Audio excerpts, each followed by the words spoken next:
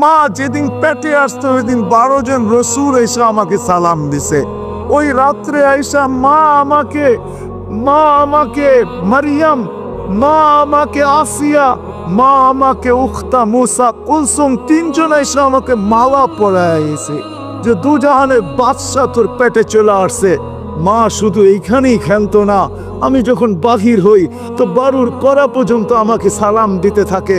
কুয়ার পাশে যখন যাই মা, তো আমাকে আর রশি দিয়া ওই দিনের পর থেকে আজ পর্যন্ত রশি দিয়া পানি উঠাইতে হয় না।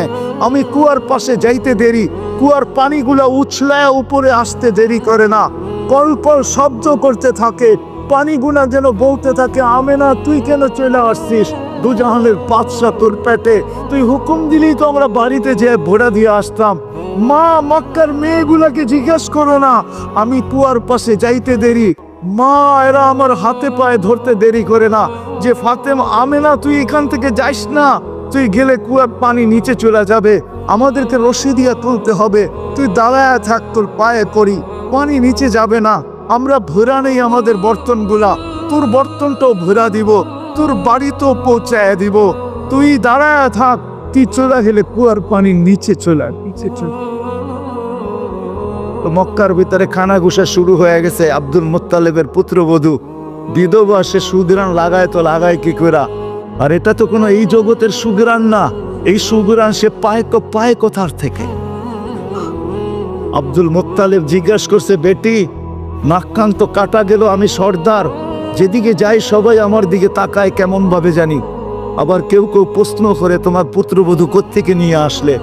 যার সুগ্রাণ বাহির হইতে পারে না, রাস্তায় বাহির হইলে সুগ্রাণ ছড়াইতে থাকে, তো নিজে পুত্রবধূকে জিজ্ঞাসা করতে পারে না, স্ত্রীর মাধ্যমে জিজ্ঞাসা করতেছে যে তোমার পুত্রবধূকে জিজ্ঞাসা করো সে প্রত্যেকেই সুগ্রাণ ব্যবহার করে, সে রাস্তা দিয়ে বাহির হয়, পুরা পাহাড় কেন মক্কা কেন চতুর্দিকে সুগ্রাণে মোহিত হইতে থাকে। সবাই আমাকে বিরক্ত করতেছে, তো বলতেছে শোনো, আমিও তোমাকে বলবো বলে ভাবছিলাম।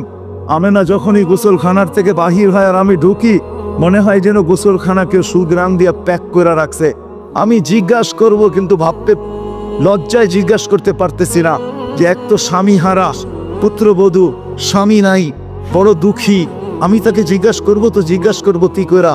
চলো দুইজনে মিলেই জিজ্ঞাসা করি। আমেনাকে ডাইকা জিজ্ঞাসা করতেছে, বেটি জিজ্ঞাসা করার ছিল না, কিন্তু সমাজে মুখ দেখাইতে পারতেছি না, তোমার এই শরীর থেকে সুগ্রাণ কি করে বাহির হয়? সুগ্রাণ ছড়ায় কি করে? তুমি কোত্থেকে খুশবু আনো, সুগ্রাণ আনো আর লাগাও যে তুমি বাহির হইলে চতুর্দিকে মোহিত হইতে থাকে। তো আমেনা ওইখানে থুতু নিক্ষেপ করে আর বলে, আম্মা শরীর থেকে না, থুতু মারতে দেরি, সুগ্রাণ তুফানের মতো বাহির হইতে দেরি হয় না।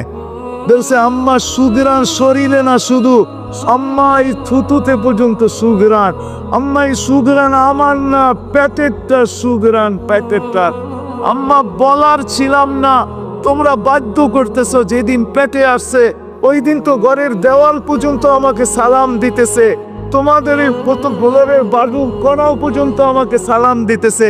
আম্মা আমি বাহির হইতে দেরি, মেঘ পুরা এসে আমাকে ছায়া করতে দেরি করে না, আমি উত্তপ্ত বালুতে পা দিতে দেরি, মা ঠান্ডা হইতে দেরি করে পায় না, মা আমি উত্তপ্ত পাথরে পা দিতে দেরি, মা ঠান্ডা হইতে দেরি হয় না, আমি বাহিরে বসে থাকি, আকাশের তারাগুলা এসাকে আমার সালাম দেয়।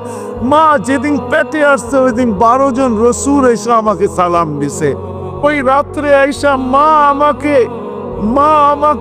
মারিয়াম, মা আমাকে আসিয়া, মা আমাকে উখতা মুসা কুলসুম, তিনজন এসে আমাকে মালা পরায় গেছে যে দুজাহানের বাদশা তোর পেটে চলে আসছে।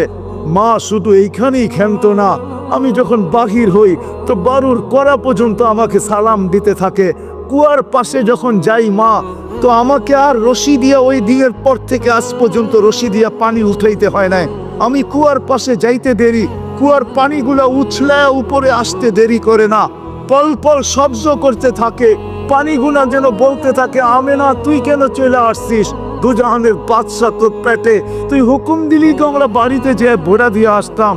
মা মক্কার মেয়েগুলাকে জিজ্ঞাসা করো না, আমি কুয়ার পাশে যাইতে দেরি, মা এরা আমার হাতে পায়ে ধরতে দেরি করে না যে ফাতেমা, আমেনা তুই এখান থেকে যাইস না, তুই গেলে কুয়ার পানি নিচে চলে যাবে, আমাদেরকে রশি দিয়ে তুলতে হবে, তুই দাঁড়ায় থাক, তোর পায়ে পড়ি, পানি নিচে যাবে না। আমরা ভরা নেই আমাদের বর্তনগুলা, তোর বর্তনটাও ভরা দিব, তোর বাড়িতেও পৌঁছায় দিব। তুই দাঁড়ায় থাক, তুই চলে গেলে কুয়ার পানির নিচে চলে